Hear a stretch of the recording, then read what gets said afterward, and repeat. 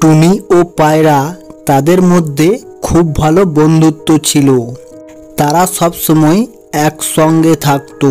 টুনির বাড়ির সামনে একটি আপেল গাছ ছিল। তারা দুই বন্ধু মিলে ওই গাছের আপেল পেড়ে আপেল বিক্রি করতে যেত, আর ওই আপেল বিক্রি করে যা টাকা পেত দুজনে সমান ভাগে ভাগ করত। এইভাবে তারা তাদের দিন সুখে দুঃখে একসঙ্গে কাটাতো। কিন্তু পায়রার মনে মনে অনেক হিংসা হতো টুনির প্রতি। সে কেবল ভাবতো টুনির গাছের আপেল কিভাবে চুরি করবে। তাই সে রাতে এসে টুনির গাছ থেকে আপেল চুরি করে নিয়ে যেত। এইভাবে সে প্রায় দিন আপেল চুরি করে নিয়ে যেত। একদিন টুনি বলে, আমার গাছের আপেল কিভাবে কমে যাচ্ছে। তাই টুনি সেটা দেখার জন্য লুকিয়ে থাকে। আর গভীর রাত হতেই পায়রা চলে আসে।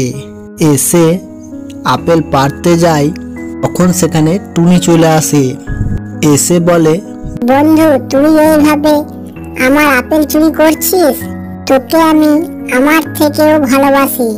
আমার গাছের আপেল বিক্রি করে যা টাকা হতো দুজনে সমান ভাগে ভাগ করে নিতাম, কিন্তু তুই এইভাবে আমার সাথে বিশ্বাসঘাতকতা করলি, আমার আপেল চুরি করছিস।